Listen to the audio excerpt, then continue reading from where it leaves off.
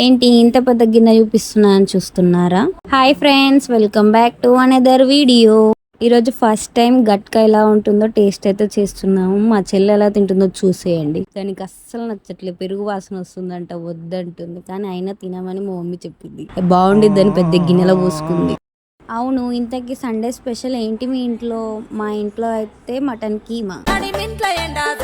నన్ను నడుసు మనుడేలా పదిలంగా ఉంటే చాలు మరి చూసి మురుసుడేలా